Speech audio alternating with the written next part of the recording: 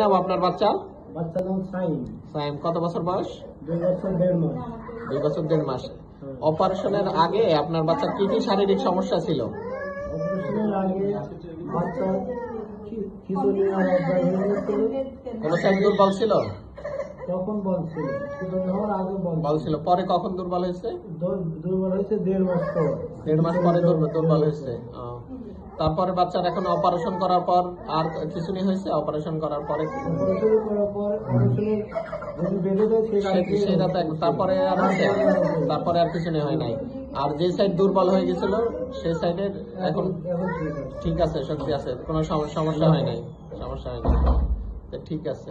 আর আপনারা পরীক্ষা নিরীক্ষা করে কি ধরা পড়ছিল যে কি কারণে আপনার বাচ্চার এই সমস্যা হয়েছে জানেন? পরীক্ষা ফার্স্টে তো বলছিল ইনফেকশন, পরে লাস্টে এখানে ধরা পড়ছে কি? এমআরআই করে ধরা পড়ছে ব্রেন টিউমার। ব্রেন টিউমারের কারণে আপনার বাচ্চার এই খিঁচুনি হচ্ছিল, এক সাইড দুর্বল হয়ে গেছিল, এরকম সমস্যা হচ্ছিল, অজ্ঞান হয়ে গেছিল।